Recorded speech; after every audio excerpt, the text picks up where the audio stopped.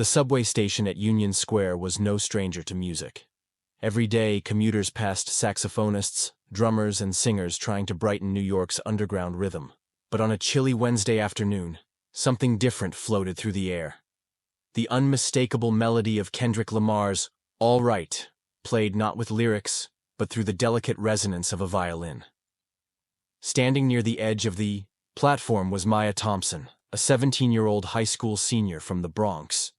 With her worn black coat, sneakers with fading soles, and a violin that had belonged to her late grandfather, Maya didn't look like someone about to go viral. But as her bow slid across the strings with precision and passion, heads turned. She had arranged this cover herself, spending 3 weeks perfecting every note. It was more than a tribute to Kendrick. It was her way of channeling everything she'd been feeling about the world: injustice, hope, defiance, resilience. The subway was the only stage she had, but to Maya, it was enough. People began to gather. Some filmed her, others just stood quietly, swaying with the notes. The instrumental chorus of "We Gon' Be All Right" rippled through the cold tunnel, bringing warmth and unity to strangers. It was hauntingly beautiful, both a protest and a promise. A man in a hoodie leaned against a pillar, recording on his phone. He nodded slowly with each phrase, clearly moved. Maya didn't notice him. She played with her eyes closed, lost in the emotion of the piece. The city's noise faded around her. All that remained was the music. When she finally ended the piece, a soft silence fell before it was broken by claps and cheers. Maya smiled and gave a humble nod. She didn't ask for money. She never did. Music was her outlet, not her hustle. She packed up quietly, unaware that the video of her performance was already spreading online. By that night, it had reached 10,000 views. The caption read, "Violinist in NYC turns Kendrick Lamar into classical magic." Comments flooded in, praising her soul, her skill, her courage. "This gave me chills," one viewer wrote. "I cried," said another. Maya was stunned. She had uploaded covers before on her own small YouTube channel, but nothing had ever caught fire like this. Her phone buzzed endlessly. Her friends sent screenshots. Her school's music teacher cried in the hallway when she saw her the next morning. But nothing prepared her for what would happen next. A tweet, a repost, and one name: Kendrick Lamar. The notification arrived while Maya was at lunch, eating alone at her usual spot by the school auditorium. She saw the blue checkmark first, then the name, then the words. This is something else. Respect. Maya Violin. Keep going. It was posted by Kendrick Lamar himself. Maya nearly dropped her phone. Her fingers shook as she reread it. She blinked, convinced it was a mistake. It wasn't. Her friend Tanya screamed when she saw it. Within minutes, the entire cafeteria knew. Phones buzzed, teachers whispered.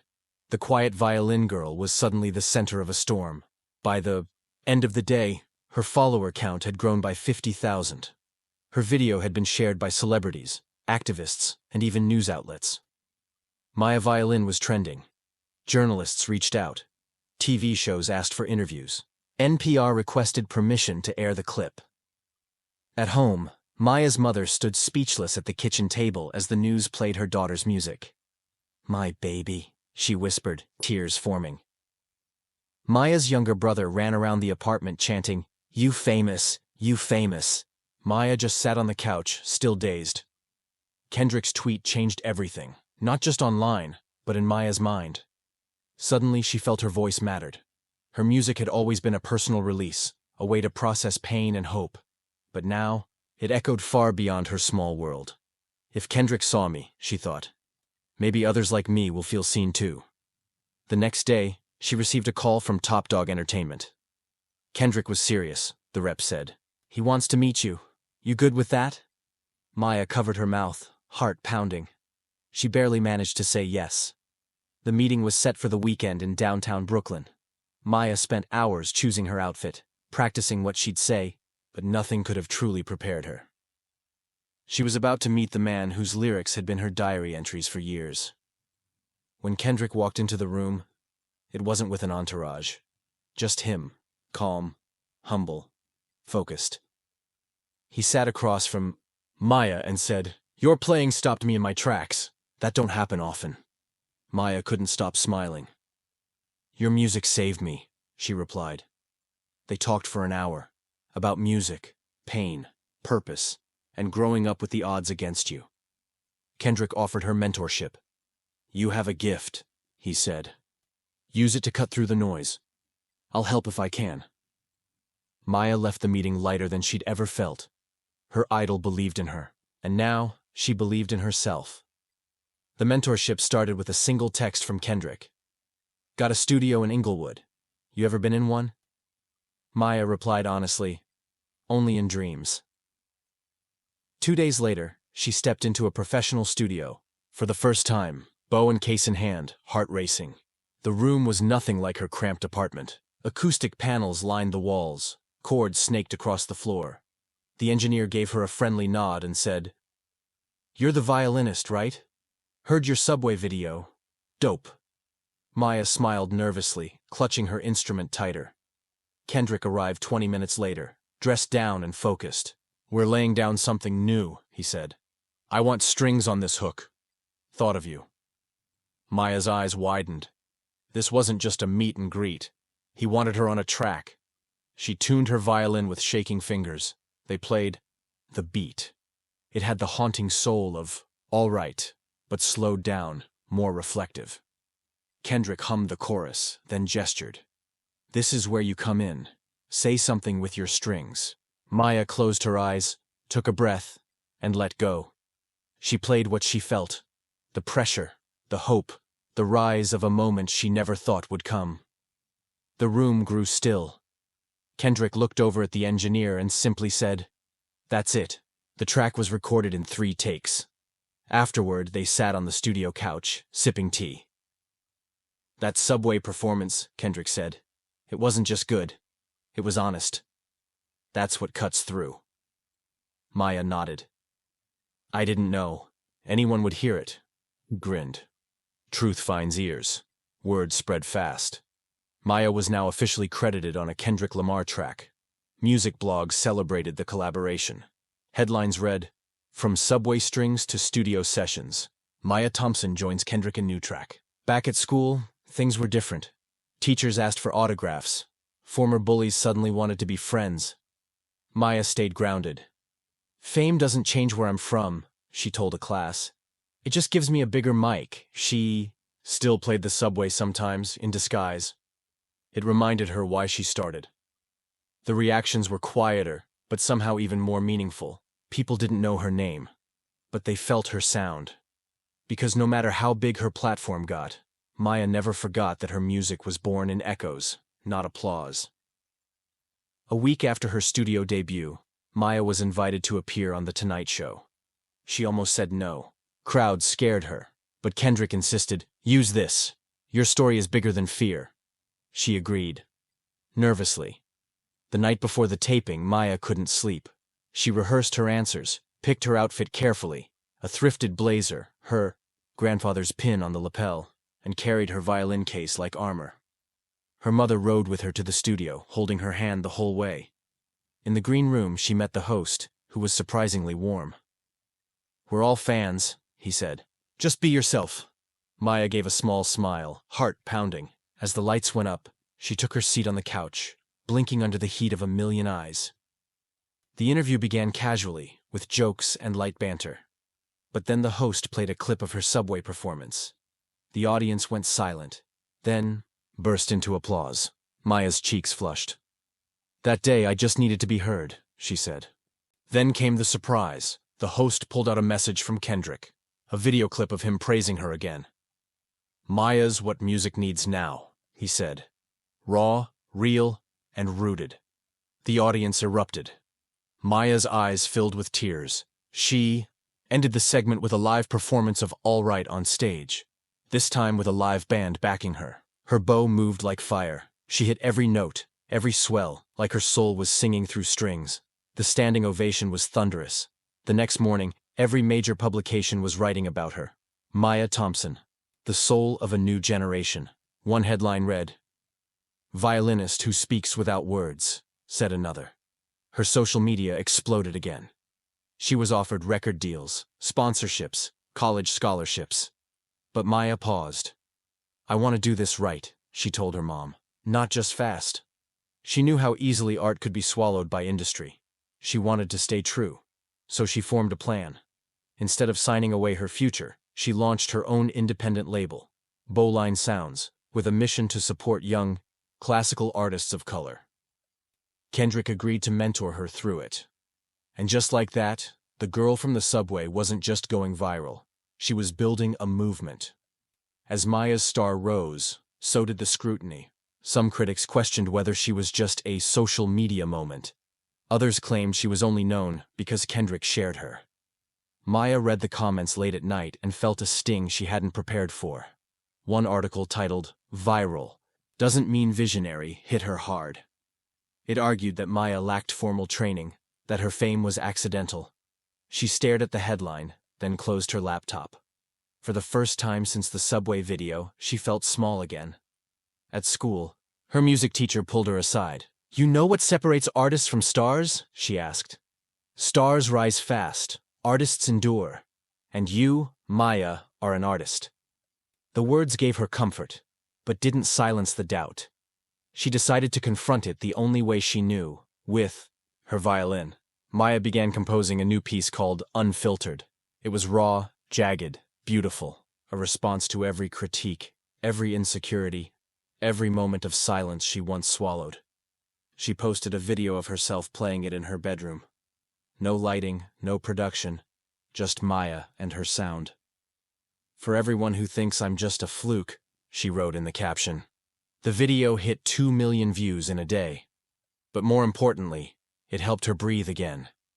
Fans and fellow musicians rallied behind her. Cellists, pianists, and poets began remixing Unfiltered, turning it into a collaboration across the internet. "You started a movement," one commented.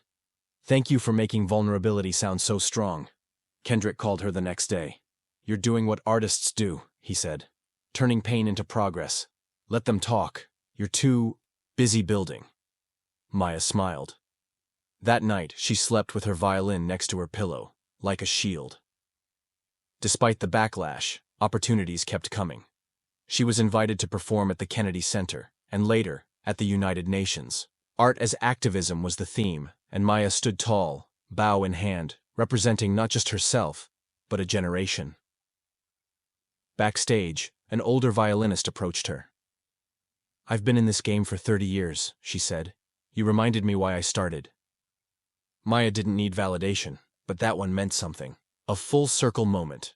Because when critics speak loud, Maya had learned to play louder, with purpose.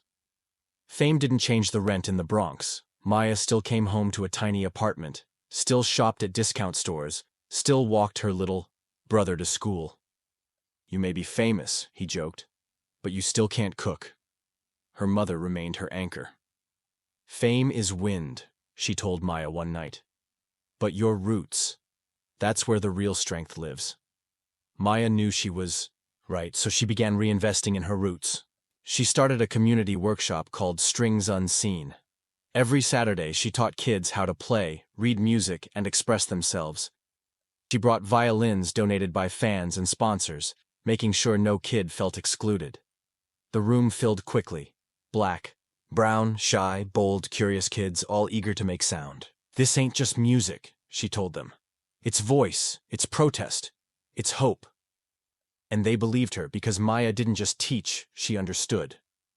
News spread. Maya turned down a European tour to stay and grow Strings Unseen. "There will be other stages," she said, "but these kids need this stage now." It was a risk, but the right one. She hosted her first student recital at the Bronx Museum. The kids played original pieces, covers of Kendrick, even Maya's own Unfiltered. Parents cried, strangers clapped. Maya sat in the back, beaming. "This," she whispered, "is the legacy." At the event's end, Kendrick sent a surprise message that played on the screen. "Y'all are the future. Maya showed me that. Now y'all showing the world." Kids erupted into cheers. It was more than they imagined. Maya realized something powerful. Her story wasn't rare. It was just rarely heard. so she committed herself to being a megaphone for every unamplified voice she could reach. She wrote a manifesto, published in The Atlantic, titled Echoes from the Underground. It explored art, class, and the politics of recognition. It went viral, not because it was loud, but because it was real, because Maya had become more than a violinist. She had become a mirror, a movement, the Grammys called. Maya was nominated for Best New Artist and Best Instrumental Performance. But more than that, they asked her to perform. "You'll have 4 minutes on the main stage," the producer told her. "Do whatever you want." Maya thought about it for days. She didn't want glitter or backup dancers. She wanted impact. She designed a set that looked like a subway station. Old benches, graffiti on fake tiles, and in the center, just her and her violin. The night arrived. Red carpet, flashing cameras, nervous smiles. Kendrick joined her backstage for support. "Play like nobody's watching," he said, "even though everybody is." Maya nodded, then stepped out. The crowd fell silent as the screen behind her showed footage of her original subway performance. Then Maya walked on stage. The lights dimmed. She raised her bow and played "All Right," like the world depended on it. The crowd erupted. Even A-list celebrities were seen wiping tears. When she finished, the screen flashed the words, "We gon' be all right." A thunderous standing ovation followed. Maya bowed deeply, then exited. Backstage, her phone exploded. Social media exploded. "Best Grammy moment in years," one tweet read. Another, "Maya just rewrote what performance means." She won both awards that night. But the real prize was something else. A 12-year-old girl in the audience approached her after. "You looked like me," she said, "and you made me believe I could do that too." Maya bent down and hugged her. "You can do more," she whispered. In that moment, the fame didn't matter. The trophy didn't matter. Only that little girl's eyes, and what they now held, belief. Because Maya's greatest performance wasn't on a stage. It was the ripple she left in someone else's dream. Maya's Grammy win brought even more attention. And with it came pressure. Offers poured in. Interviews, endorsements, book deals. But beneath it all, she started to feel overwhelmed. "They want a brand," she told Kendrick, "but I'm just a person." Her schedule became packed. She flew coast to coast, barely sleeping. Her music began to feel rehearsed, not real. One day, during a major magazine shoot, she broke down in the dressing room. Her mother found her crying in silence. "You don't owe anyone your exhaustion," her mom said. "Rest isn't weakness. It's resistance." Maya took a step back. She canceled 2 appearances and spent a week offline, returning to the Bronx, to her roots. There, in her old room, she sat with her violin, not to perform, but just to feel. She played for hours with no plan, just emotion. For the first time in months, the notes felt like hers again. That night, she wrote in her journal, "Silence can be sacred too." Instead of rushing back into the spotlight, she made a documentary. Titled Quiet Loud, it explored burnout, fame, and identity. It featured interviews with other young artists, footage of her workshops, and her own reflections. The film premiered at Sundance and received critical acclaim for its honesty. Maya walked the red carpet in her same old thrifted blazer. "This isn't about music," she said in a panel. "It's about space, and the courage to take up space." Kendrick, who appeared in the documentary, praised her publicly again. "Maya's not just sound," he tweeted. "She's silence. She's shape. She's story." The tweet went viral, but Maya stayed grounded. She returned to Strings Unseen stronger than ever. The kids noticed. "You smile more now," one said. Maya nodded. "Because I'm finally breathing." She had learned that the world's applause is never more important than your own peace. 1 year after her subway video went viral, Maya stood again in Union Square. This time, she wasn't playing. She was hosting an event. Voices in Transit, a festival for street performers and overlooked artists. Hundreds gathered. She gave a speech. "I was once just a sound underground," she said. "And someone listened. Now I want to help others be heard." Then she unveiled a plaque near the subway entrance. in honor of voices born in silence. People cried.